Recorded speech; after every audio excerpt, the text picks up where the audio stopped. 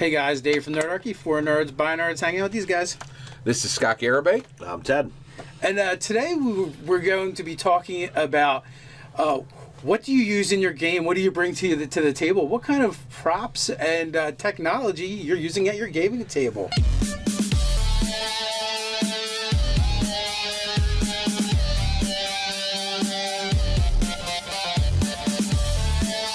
But first, let's talk about the Nerdarchy newsletter. The Nerdarchy newsletter is a great way to first learn how to game with the Nerdarchy crew, and also to just get great tips every day in your email on how to game better. Once a week. Once a week. You're right. That's why I can say that, yeah. All right, so yes. And so with that, one of the reasons why we're talking about this is I used a new tool this weekend. So I run two Star Wars role-playing game campaigns, one for you guys, and I have another one that I'm in my home. Yeah. And so I realized... Here's one thing I want to say real fast, because me and you had discussed using this tool in your game before you used it. You asked me about it. Exactly. You're like, you had a little trepidation. You're worried that your players are going to be watching the screen, not watching you, and you've got one player that has like spent like $1 million on Star Wars minis, and Indeed. like, is he going to be upset because he's not using his mini because I'm using the big screen? And so how did it go? Players loved it. So I have a 48-inch television on the wall. It's the first time we've ever owned a big screen TV. We just got it this last year. It's brand new in the Garibay household. It's mounted high on the wall, and I was like, holy cows, what am I doing? Why am I not using this? And so I did. So we got two tables. We had to move the couch, but we moved the couch, and we brought in two gaming tables, put them up, and so basically the way it was structured was at this end was the big screen TV. I was at the far end of the table, and the players were on the side. And so they could turn their head right and look at the big screen, the 48-inch screen. They could turn their head left and see me.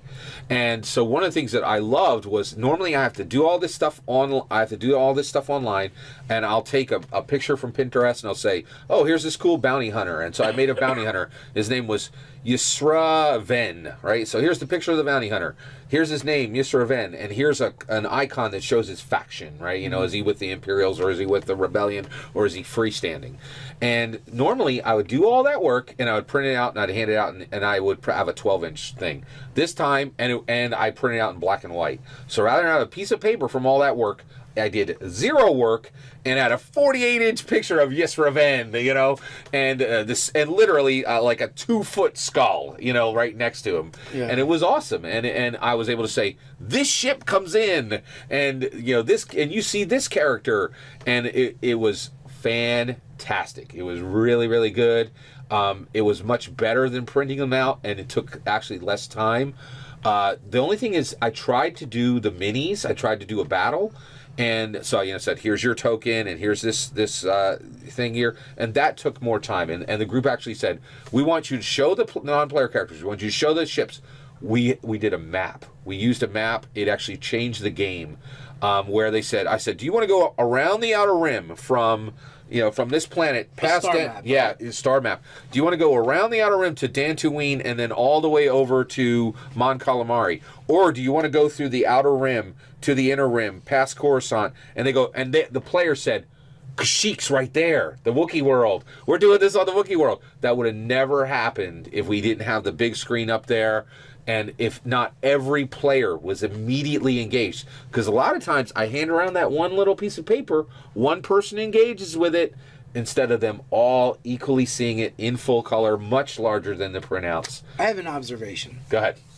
This method, while it is cool for any game, is really cool for a sci-fi game, where we are trained as sci-fi fans of television and movies, and probably also like graphic novels and stuff like that, of seeing things being put up on the big screen of the ship. Exactly. Yeah. So it's just almost like that. The cockpit. You're exactly right. So when Han's like, okay, let's pull up the star map to see where we're going, you can do exactly that. Exactly.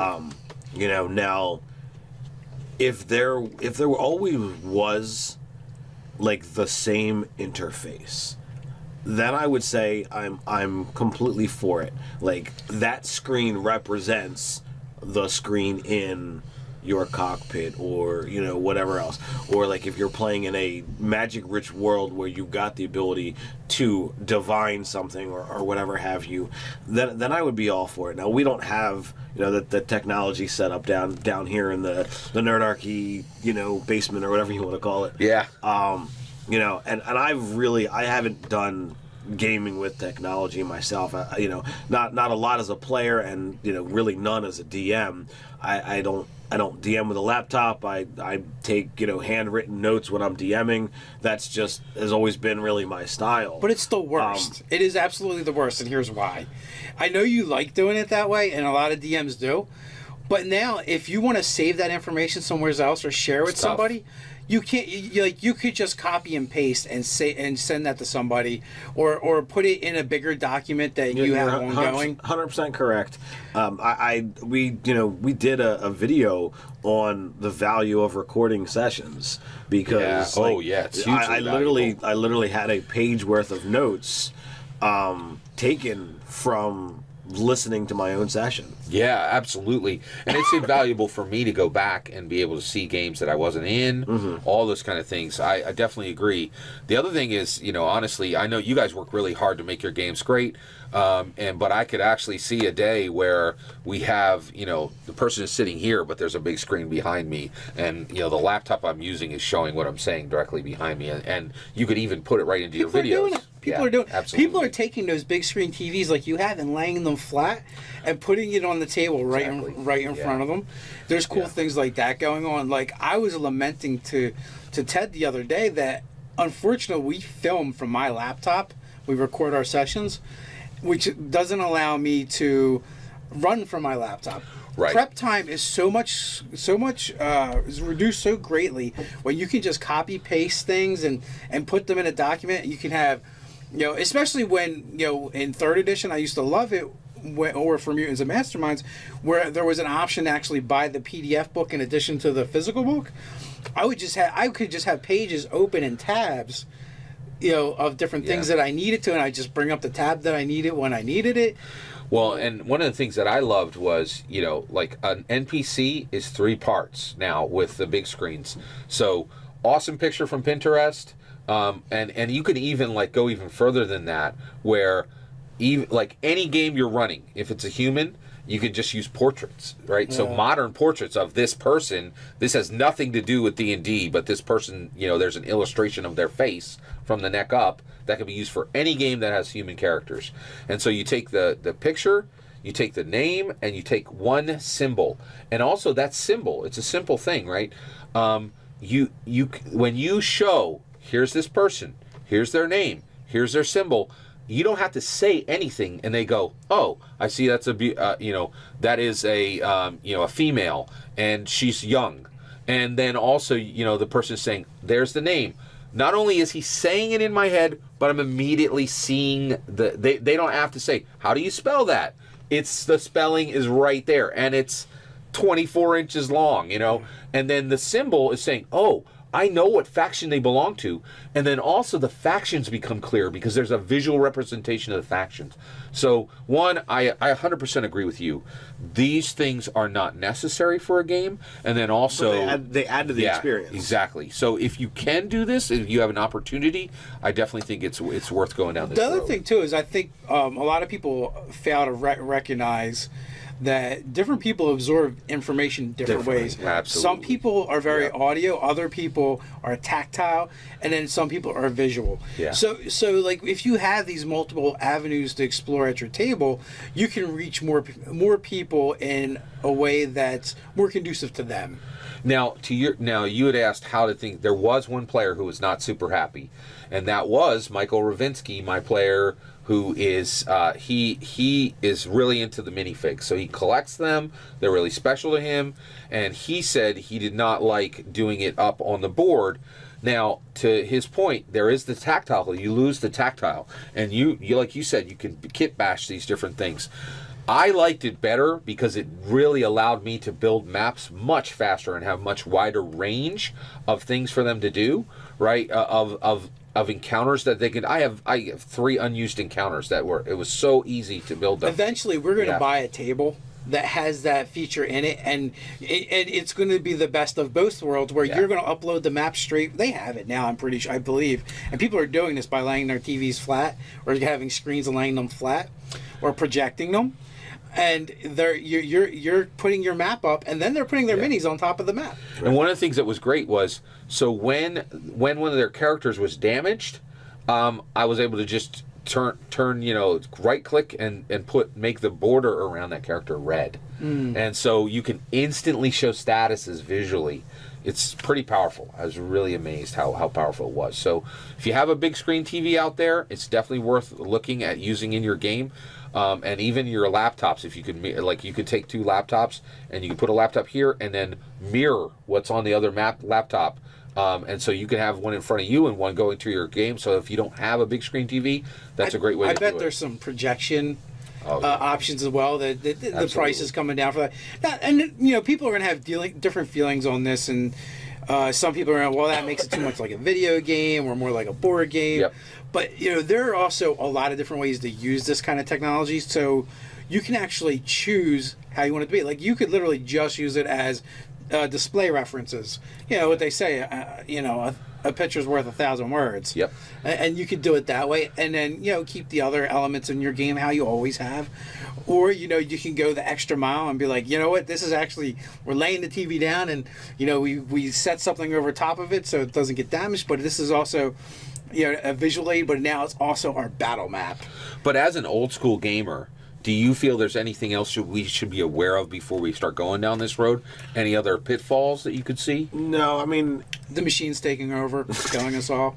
I mean, there is that whole, as you said, everyone interacts with information differently, and you want to be aware of what kind of players you have at your table. If every single person at your table was like Mike, and they all couldn't stand it, how would that have come back on you? Would you have had a table full of unhappy players? Would it be like, well, we're just not coming back? So you want to be sensitive to the people at your table, but at the same time, you absolutely don't want to say, well, no, I'm just not going to allow technology because it's going to add features that you might not have been able to have. As Dave says, a picture's worth 1,000 words. Even if you're just throwing up reference information that they can look at, I don't need to describe every single encounter and be like, this is what you see. Click. Well, there's a pitfall there. I think as the DM, you should describe it and show the picture. Yeah, that's a good point. So that you can speak to those people that want to hear it, and you can speak to those people that want to see it. And what'll happen is if you always just say, "Here it is," I think you're gonna start to lose your edge as a GM, and it's gonna hurt you creatively. I can certainly see that. The other thing I think that you could do is do what you do in your games, Ted, which is, since they're seeing it visually, when you describe it, you could go right to sense, right? And you could say, well, you see this character, but you also smell the grease that's on their clothing, and you smell, the sriracha from the sandwich they ate for lunch. You could talk about the sounds and the smells, and you're absolutely right. Yeah. And if they're touching something, describe how it feels like. Yeah.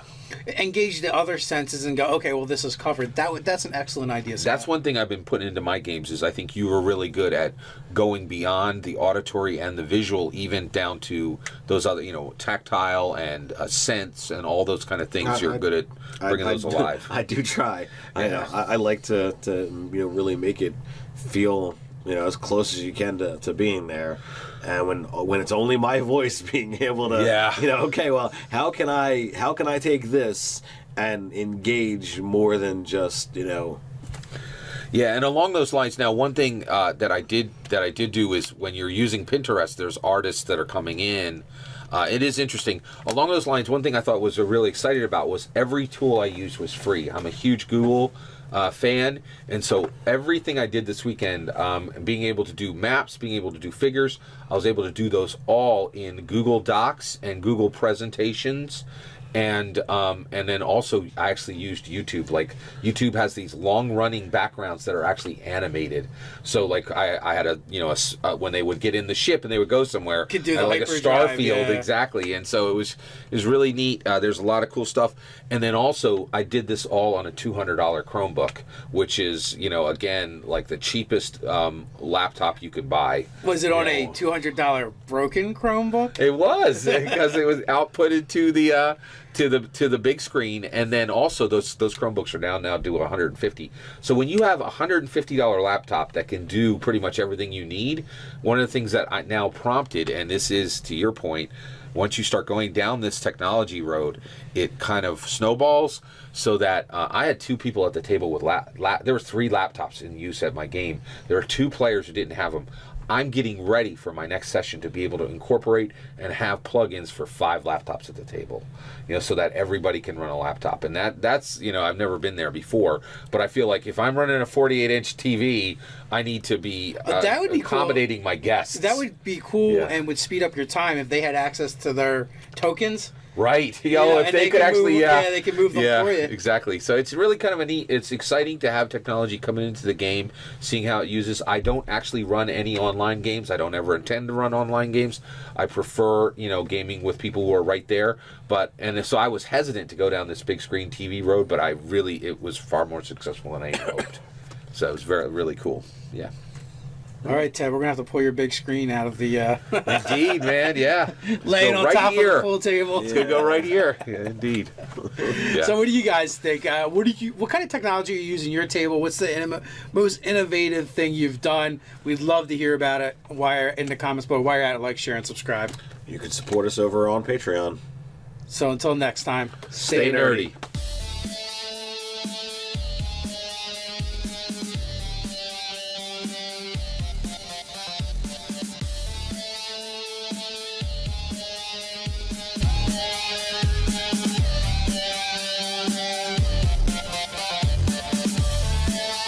But first, let's talk about the Nerdarchy newsletter. The Nerdarchy newsletter is a great way to first learn how to game with the Nerdarchy crew, and also to just get great tips every day in your email on how to game better. Once a week. Once a week. You're right. So how did it go?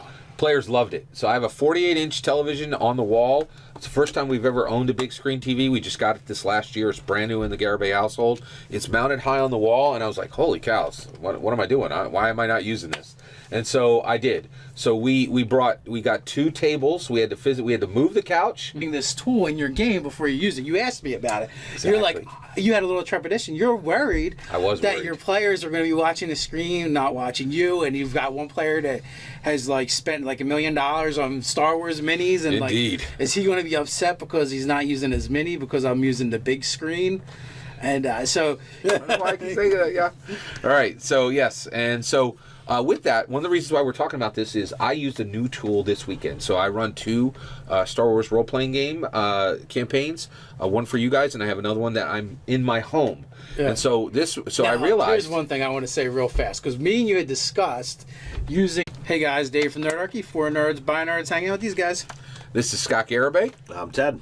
And today we're going to be talking about...